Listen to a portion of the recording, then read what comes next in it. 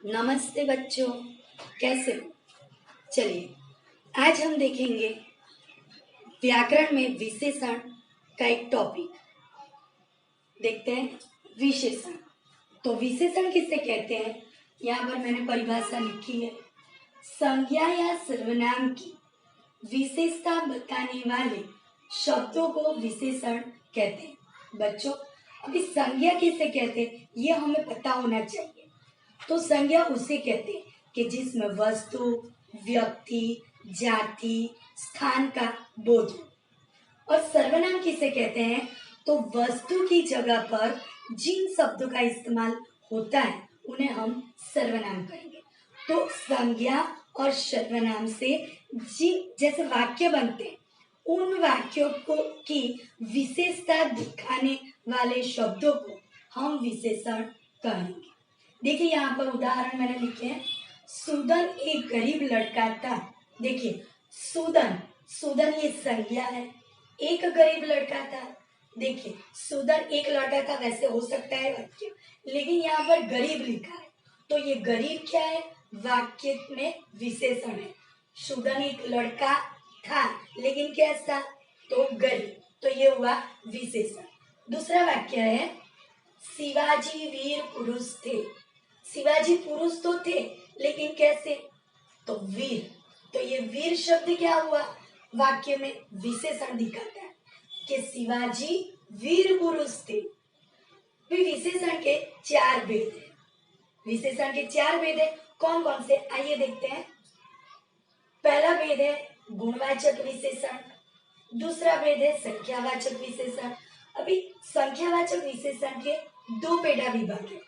पहला निश्चित वाचक विशेषण, दूसरा अनिश्चित वाचक विशेषण। उसकी चर्चा हम आगे करेंगे। और तीसरा है परिमाणवाचक विशेषण, चौथा है सार्वनामिक विशेषण। आइए अब देखते हैं विशेषण के प्रकार की विस्तृत चर्चा। पहला प्रकार है गुणवाचक। गुणवाचक की परिभाषा है, जिस विशेषण से संज्ञा या सर्वनाम के गुण, दोष, रंग, रूप और आकार आदि का बोध होता है, उसे हम कहेंगे गुणवाचक विशेषण। उदाहरण है, कोयल का स्वर मीठा है। देखो, कोयल का स्वर तो है, लेकिन कैसा? मीठा। ये बात उसका गुण दिखाती है, तो यहाँ पर मीठा रहेगा विशेषण। आगे दूसरा प्रकार संख्यावाचक। संख्यावाचक किसे कहेंगे? तो जिनमें आंकड़े या गिनती का बोध होता है। देखते हैं उसकी परिभाषा, जिस विशेषण से संज्ञा या सर्वनाम की संख्या का बोध होता है। देखिए उदाहरण, उसके दो पेड़ा विभाग थे, निश्चित और अनिश्चित। निश्चित में निश्चित बात की है, 2, 3, पाव, ढाई, तीसरा दुगना। अनिश्चित में कुछ लड़के, कई लोग, सारे, हाँ। अभी देखते हैं उदाहरण, वहां कई लोग खड़े थे। कई, हमें पता ही नहीं कितने लोग हैं, तो ये हुआ अनिश्चित संख्यावाचक विशेषण।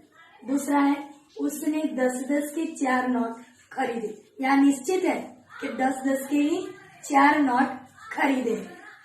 आगे तीसरा प्रकार है परिमाणवाचक विशेषण। परिमाण यानी कि जिसमें नाप तोल की बात होती है। जैसे हम गेहूं की दुकान में जाते हैं तो तोलते हैं, आटा, चावल ये तोल के लेते हैं, और दूध, कपड़ा आदि वगैरह नाप है। तो देखते हैं उसकी परिभाषा, जिस विशेषण से संज्ञा या सर्वनाम के नाप, तोल आदि का बोध होता है, जिसमें मैंने अभी आपको कहा उस तरह की बात होती है, उसे हम कहेंगे परिमाणवाचक, जिसे कहते हैं परिणामवाचक संख्या। फिर उसका उदाहरण है, डाक बंगला 3 किलोमीटर दूर है। देखो 3 किलोमीटर, अक्सर बच्चे यहाँ धोखा खा जाते हैं, आगे 3 आता है, लेकिन जब ऐसे नाप की बात की गई है किलोमीटर, तो ये किलोमीटर क्या दिखाता है? परिमाणवाचक विशेषण। ओके, अब चौथा प्रकार है सार्वनामिक विशेषण। तो सार्वनामिक विशेषण किसे कहते हैं? तो उसकी परिभाषा है, जो विशेषण संकेत के द्वारा किसी का बोध कराता है उसे। संकेत, संकेत यानी इशारा, तो जो विशेषण हमें इशारा दिखाता है उसे हम सार्वनामिक विशेषण कहेंगे। उदाहरण है, ये लोग अब यही रहेंगे। ये लोग, कौन से लोग? तो ये लोग इशारा है कि ये लोग अब यही रहेंगे, तो उसे हम कहेंगे सार्वनामिक विशेषण। बच्चों, पूरा विशेषण हमने सीख लिया, पूरा टॉपिक। अब उसका फिर से रिवीजन करेंगे। विशेषण किससे कहते हैं? तो विशेषण उसे कहते हैं जिस वाक्य में संज्ञा या सर्वनाम में विशेषण का बोध हो, उसे विशेषण कहेंगे। विशेषण ऐसा वाक्य होता है जो संज्ञा या सर्वनाम की विशेषता बताता है। जैसे गुणवंत बहुत सुंदर लड़का है, तो गुणवंत लड़का है लेकिन कैसा? बहुत सुंदर, ये उसका विशेषण हुआ। अभी विशेषण के 4 भेदों की चर्चा करेंगे। तो पहला भेद है गुणवाचक। गुणवाचक उसे कहेंगे कि जिसमें हमें उसके गुणों की बात की गई है, उसके आकार की बात कही है, उसके रंग रूप की बात कही है। दूसरा प्रकार है संख्यावाचक, जिन वाक्यों में हमें संख्या का बोध मिलता हो। जैसे मैंने उदाहरण दिया था, संख्या, जो भी वाक्य होते हैं उसमें आंकड़े या संख्या से संबंधित माहिती मिलती है, उसे हम संख्यावाचक कहेंगे। तीसरा परिमाणवाचक, जिसमें नापतोल की बात की गई है, मीटर की बात की गई है, किसी चीज को खरीदते वक्त उसके नापतोल की बात होती है, उसे परिमाणवाचक कहेंगे।